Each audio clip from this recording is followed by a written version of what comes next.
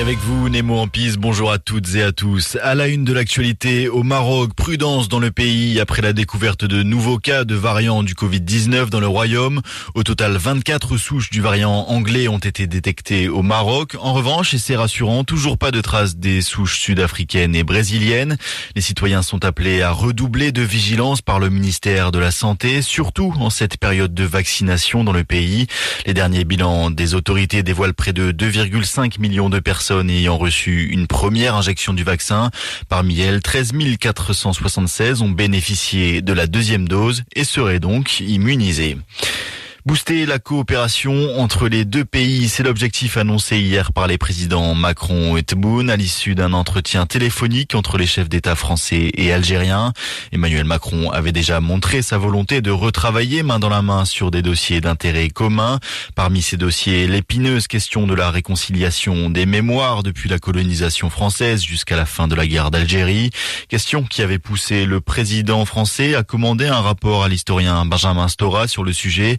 Abdelmadjid Tebboune n'avait pas publiquement réagi à sa publication il y a un mois. Le rapport Stora avait reçu un accueil mitigé du côté d'Alger. Allez, on reste en Algérie où 35 détenus d'opinion ont été libérés depuis vendredi soir. On est aujourd'hui 21 février à la veille du deuxième anniversaire du début du Hirak, mouvement populaire lancé contre le pouvoir en place et l'ancien président Bouteflika.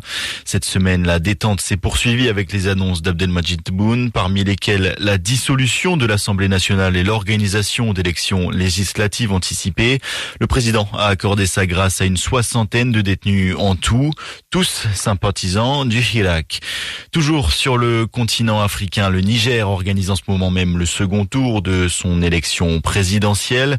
Mohamed Bazoum, Premier ministre et proche du président sortant Mahamadou Issoufou, est le grandissime favori. Face à lui, le candidat de l'opposition, Mahaman Ousmane, qui avait été président du Niger de 93 à 96. Ce scrutin se déroule sur fond d'insécurité, tant la région est en proie à l'instabilité et le Niger régulièrement la cible d'attaques terroristes répétées. 7,4 millions de Nigériennes et Nigériens sont attendus aux urnes aujourd'hui pour un pays qui compte près de 23 millions d'habitants, signe de l'extrême jeunesse de la population.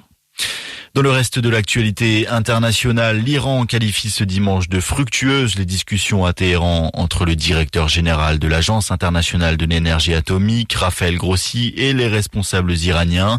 Raphaël Grossi était en visite depuis hier à la veille d'une échéance fixée par l'Iran pour restreindre certaines inspections sur des installations non nucléaires, y compris des sites militaires suspects dans le pays. Les deux parties ont évoqué un respect mutuel et les résultats de ces discussions devraient être publié dans la soirée d'après Kazem Garibabadi, ambassadeur iranien auprès de l'AIEA. Et puis un mot de sport et de tennis. Novak Djokovic a remporté ce matin son 18e tournoi du Grand Chelem à Melbourne. Le Serbe numéro 1 mondial s'est facilement imposé en 3-7 face au Russe Daniil Medvedev, 7-5, 6-2 et 6-2, portant à 9 son nombre de victoires en terre australienne.